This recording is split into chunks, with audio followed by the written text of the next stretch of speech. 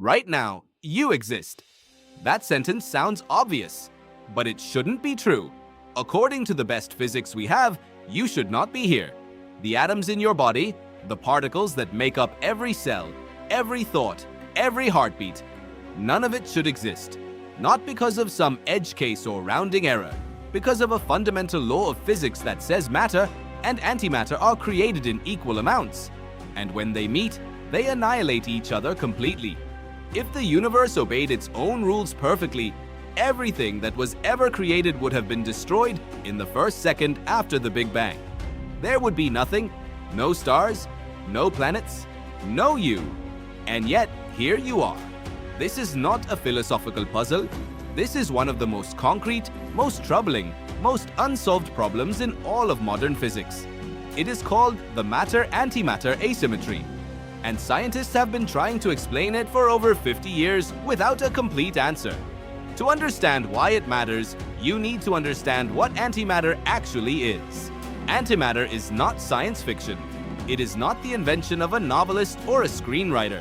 It is real. It has been produced in laboratories around the world, and it exists in nature. Every particle of ordinary matter has an antimatter counterpart. Identical in mass, opposite in charge. The electron has the positron. The proton has the antiproton. The neutron has the antineutron. When a particle and its antiparticle meet, they annihilate in a burst of pure energy. Not a collision, not a chemical reaction. Complete mutual destruction. Two particles go in. Pure light comes out. Nothing remains. In 1928, the British physicist Paul Dirac was working on an equation. He was trying to do something no one had fully managed before. Combine quantum mechanics, the physics of the very small, with Einstein's special relativity, the physics of things moving at extreme speeds. The equation he found worked. It described the behavior of the electron with extraordinary precision, but it had a strange feature that Dirac himself found deeply uncomfortable. The equation had two solutions. One described the electron perfectly. The other described a particle identical to the electron in every way, except with positive charge instead of negative.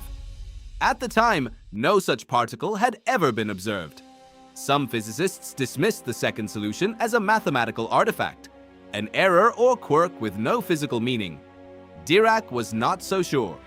Then, in 1932, the American physicist Carl Anderson was studying cosmic rays, high-energy particles streaming in from space, and he saw it. A particle curving the wrong way in a magnetic field, curving exactly as a positively charged electron would. The positron, exactly as Dirac's equation had predicted. Antimatter was not a mathematical accident. It was woven into the fabric of the universe. And this created a problem that has never been solved.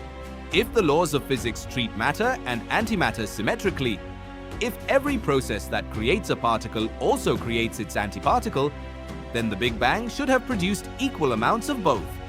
The universe should have been born in perfect balance, and matter and antimatter should have found each other within the first fractions of a second, annihilated completely, and left behind nothing but a faint wash of light. A universe of pure radiation, expanding forever into cold and darkness. But that is not what happened. Something tipped the balance. For every billion antiparticles that were created in the early universe, there were 1,000,000,001 particles of matter.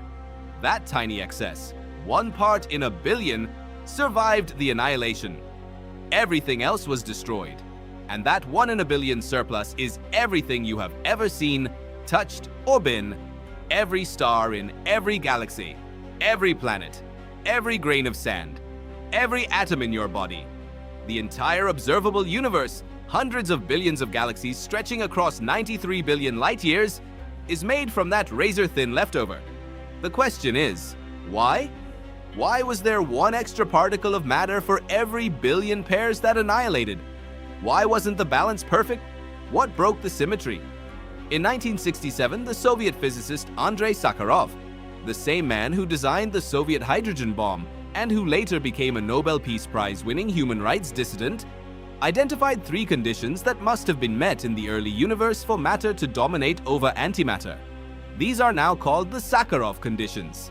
They require, among other things, a violation of what physicists call CP symmetry, a subtle asymmetry in the laws of physics where matter and antimatter do not behave in quite the same way under certain conditions. CP violation has been observed. It is real.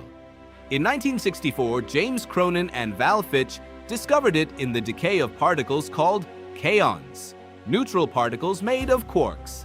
They were awarded the Nobel Prize in Physics in 1980 for this discovery. Further evidence has been found in particles called B mesons, studied with extraordinary precision at facilities including the Babar experiment at the Stanford Linear Accelerator Center in California and the Bell experiment at the KEK laboratory in Japan. The data is clear. CP violation exists in nature, but here is the problem that stops everyone cold. The amount of CP violation we have measured, the actual magnitude of the asymmetry between matter and antimatter as observed in experiments, is far too small, by many orders of magnitude. The standard model of particle physics, our most successful and most precisely tested theory of the fundamental forces and particles, does predict CP violation. But the asymmetry it predicts is billions of times too weak to account for the matter-dominated universe we live in. There must be more CP violation somewhere. Physics beyond what we currently know. Forces or particles we haven't yet discovered that broke the symmetry far more powerfully in the first moments of the universe. This is where the search becomes genuinely strange. Physicists at CERN, using the Large Hadron Collider, the most powerful particle accelerator ever built, are actively hunting for new sources of CP violation. An experiment called LHCb studies the decays of beauty quarks with extraordinary precision, looking for tiny deviations from the standard model's predictions that might hint at undiscovered particles or forces lurking beneath the physics we already know. Elsewhere, the T2K experiment in Japan has been firing beams of neutrinos, ghostly, nearly massless particles that pass through matter almost without interaction across 295 kilometers of rock, from a particle accelerator to a detector buried underground. What they are looking for is whether neutrinos and antineutrinos behave differently, whether the laws of physics treat them the same. In 2020, the T2K collaboration published results showing a strong hint that neutrinos do violate CP symmetry, that neutrinos and antineutrinos oscillate between types at different rates. The result is not yet conclusive, but if it holds, neutrinos may be part of the explanation for why the universe exists at all.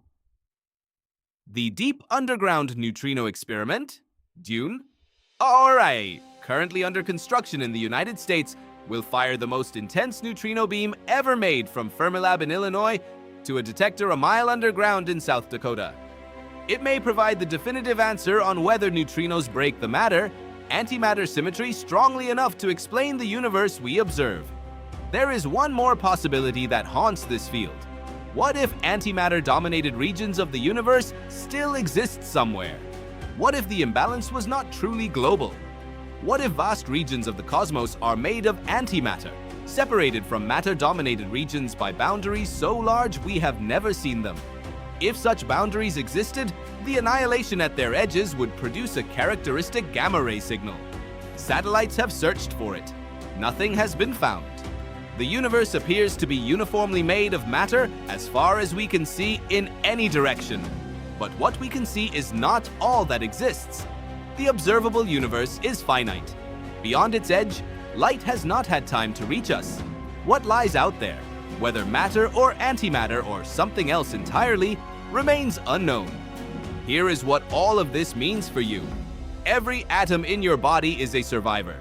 Not metaphorically, literally. You are made of particles that, by the best physics we know, should not have outlasted the first second of the universe. The hydrogen in the water you drank this morning was forged in the Big Bang itself. In the first 3 minutes of the universe's existence, the carbon in every cell of your body was built inside a dying star. Billions of years before the Earth existed, scattered into space by the star's explosion. The oxygen, the nitrogen, the iron, all of it, ancient, improbable, cosmically rare. And all of it, every last atom, exists only because of an asymmetry so small, so poorly understood, so fundamental, that the greatest physicists alive are still searching for its explanation. The asymmetry that saved matter from annihilation. The asymmetry that made stars possible. That made planets possible. That made you possible. You are not just made of stardust. You are made of something that, by every rule the universe was supposed to follow, should not exist at all.